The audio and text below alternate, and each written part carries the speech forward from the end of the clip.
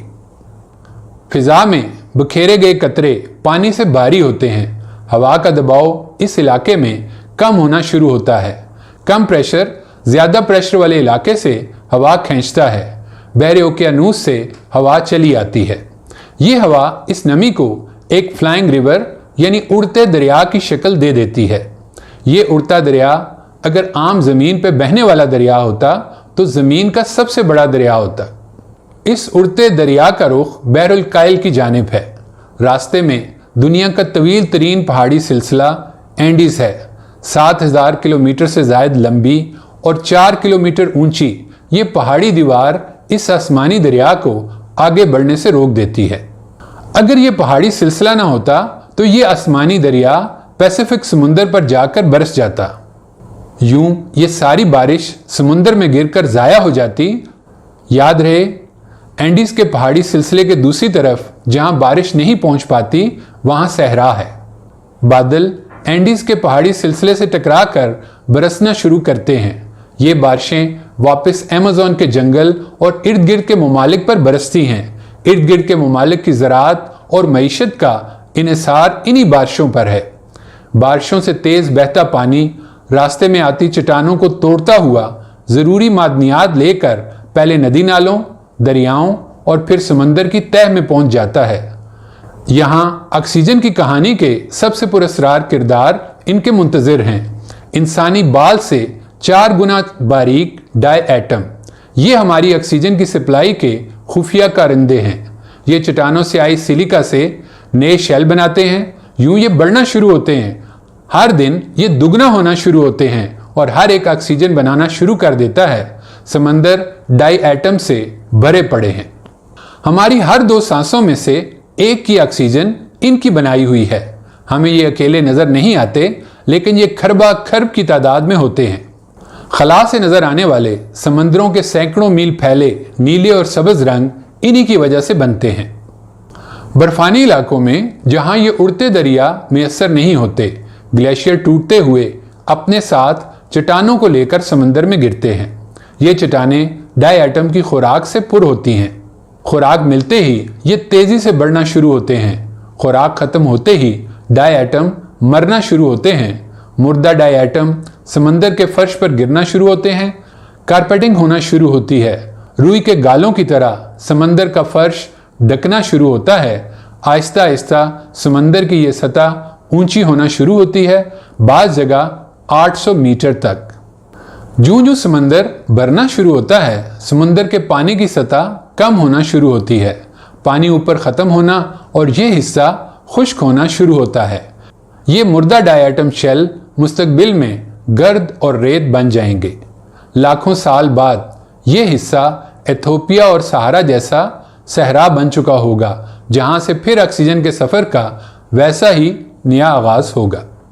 یہ سارا عمل نیشنل جیوگرافک کی نئی ڈاکومنٹری ون سٹرینج راک کے پہلے پروگرام میں تفصیل سے دکھایا گیا ہے۔ اب ذرا سوچئے، شعور کی عمر کو پہنچنے تک ہم اس کائنات سے اتنے مانوس ہو چکے ہوتے ہیں کہ اس کا عجوبہ پن ہماری نظروں سے اوجھل ہو جاتا ہے، ورنہ ہمارا وجود اور ہمارے ارد گرد پھیلی کائنات کی تمام چھوٹی بڑی چیزیں خدا کی قدرت، علم، حکمت کی وہ کہانیاں بیان کرتی ہیں کہ ایک ایک کہانی انتہائی دلچسپ اور لاجواب ہے۔ لاکھوں سال کے عمل کے نتیجے میں صحرا میں کھاد تیار ہوئی۔ صحرا سے ریت اور گرد کی کھاد کو ہواؤں نے ہزاروں کلومیٹر دور ٹھیک نشانے پر لے جا کر جنگل پہ بکھیرا۔ یاد رہے کہ ڈیناکل ایتھوپیا کے صحرا سے ایمیزون رین فارسٹ کا فاصلہ تقریباً اتنا ہی ہے جتنا اسلام آباد سے نیو یارک کا فضائی فاصلہ۔ وہاں کھاد کی ٹھیک اس وقت ضرورت تھی۔ 4 کھرب درختوں اور بے شمار پودوں کو نئی زندگی ملی۔ پودوں کی نئی زندگی سے لاکھوں جانوروں اور بے شمار کیڑے مکوڑوں کی خوراک کا بندوبست ہوا۔ پھر بارش سے جنگل کی نئی زندگی اور ارد گرد کے ممالک کے کروڑوں باشندوں کے لیے روزگار کے امکانات شروع ہوئے۔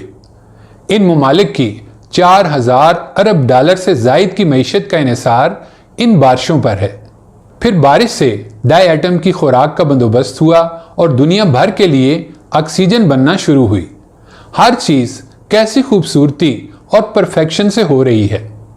اتنی بڑی زنجیر کی ایک کڑی بظاہر ریت کا طوفان ہے جو ہزاروں کلومیٹر دور سے شروع ہوا۔ اس نے کروڑوں انسانوں، لاکھوں جانوروں، کھربوں پودوں، کیڑے مکوڑوں کے لیے رزق کے دروازے کھول دیے۔ ہر چیز نے ٹھیک ویسا ہی رول پلے کیا جیسا اسے کرنا تھا۔ اور ہاں، جنگل کٹ رہے ہیں، جل رہے ہیں، زمین کا درجہ حرارت بڑھ رہا ہے، لیکن دنیا میں لاکھوں سال سے آکسیجن 20.95% رہ رہی ہے، ٹھیک اتنی جتنی ہماری زندگی کے لیے ضروری ہے۔ کم ہو تو ہمارا سانس لینا مشکل، زیادہ ہو تو ذرا سی آگ فوراً پورے جنگل کو جلا دے۔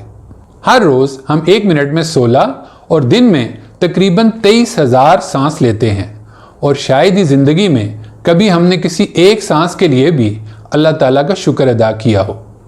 اللہ تعالیٰ ہمیں نعمتوں کا شعور اور شکر کی توفیق عطا فرمائے، آمین۔